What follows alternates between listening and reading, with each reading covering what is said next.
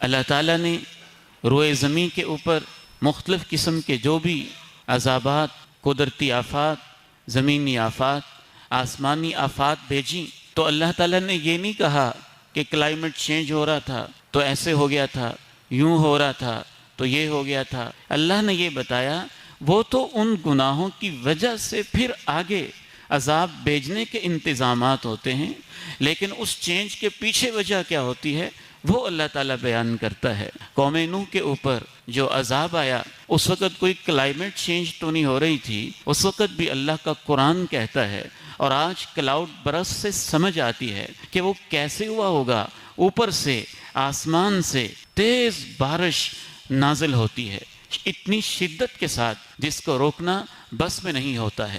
زمین سے کہا جاتا ہے تم اپنے چشمے ابل دو، بارش بھی آتی رہتی ہے، چشمے بھی ابلتے رہتے ہیں، حتیٰ کہ وہ پانی گھروں میں جمع ہونا شروع ہوتا ہے، پھر اور بارش آتی ہے، چشمے اور ابلتے ہیں، زمین اپنے اندر کے پانی کو اگلنے لگتی ہے، حتیٰ کہ چھتوں پہ چڑھ جاتا ہے، پھر اور چشمے ابلتے ہیں اور بارش ہوتی ہے، حتیٰ کہ پہاڑوں کی چوٹیوں پہ جانے لگتا ہے، پھر اور بارش ہوتی ہے، زمین کے چشمے اور پھوٹتے ہیں اور ابلتے ہی جاتے ہیں۔ یہ اللہ کا قرآن واضح بیان کرتا ہے کہ قوم نوح کے اوپر یہ عذاب ان کے گناہوں کی وجہ سے آیا تھا۔ 950 سال تک جناب نوح ان کو سمجھاتے رہے، بتوں کو چھوڑ دو، شرک کو چھوڑ دو، اللہ سے معافی مانگ لو، گناہوں کی توبہ کر لو، میرے اوپر توجہ تو کرو، میری بات سنو تو صحیح۔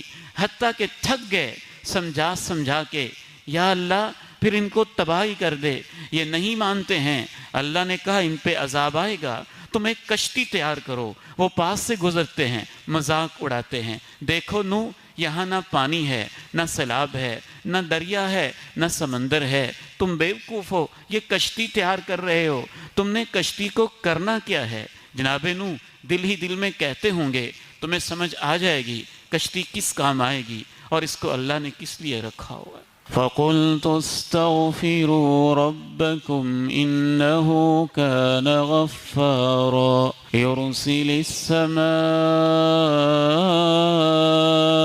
عَلَيْكُمْ مِدْرَارًا وَيُمْدِدْكُمْ بِأَمْوَالٍ وَبَنِينَ وَيَجْعَلْ لَكُمْ جَنَّاتٍ وَيَجْعَلْ لَكُمْ أَنْهَارًا مَا لَكُمْ لَا تَرْجُونَ لِلَّهِ وَقَارًا وَقَدْ خَلَقَكُمْ أَطْوَارًا۔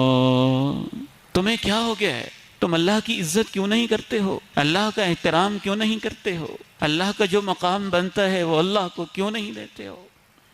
وَمَا قَدَرُ اللَّهَ حَقَّ قَدْرِهِ وَالْأَرْضُ جَمِيعًا قَبْضَتُهُ يَوْمَ الْقِيَامَةِ وَالسَّمَاوَاتُ مَطْوِيَّاتٌ بِيَمِينِهِ سُبْحَانَهُ وَتَعَالَى عَمَّا يُشْرِكُونَ۔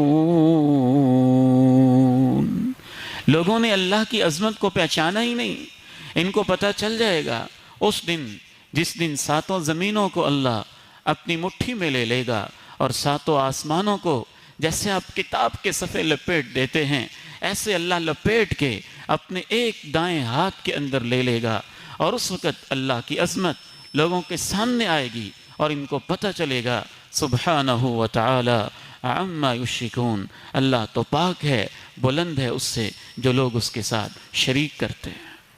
تو قوم نوح کے اوپر جو کلاؤڈ برسٹ ہوا اور تیز بارش آئی اور اتنی شدت سے آئی کہ یوں ان کے گھر بھی ڈوب گئے اور پہاڑوں کی چوٹیوں تک پانی چلا گیا، تو اللہ نے اس کی وجہ ان کے شرک کو، ان کی ضد کو، ان کے تکبر کو، ان کے عناد کو، ان کے گناہوں کو، پیغمبر کی نافرمانیوں کو اس طرف توجہ دلائی کہ یہ کچھ تم کر رہے ہو جس وجہ سے تمہارے اوپر یہ عذاب آ رہا ہے۔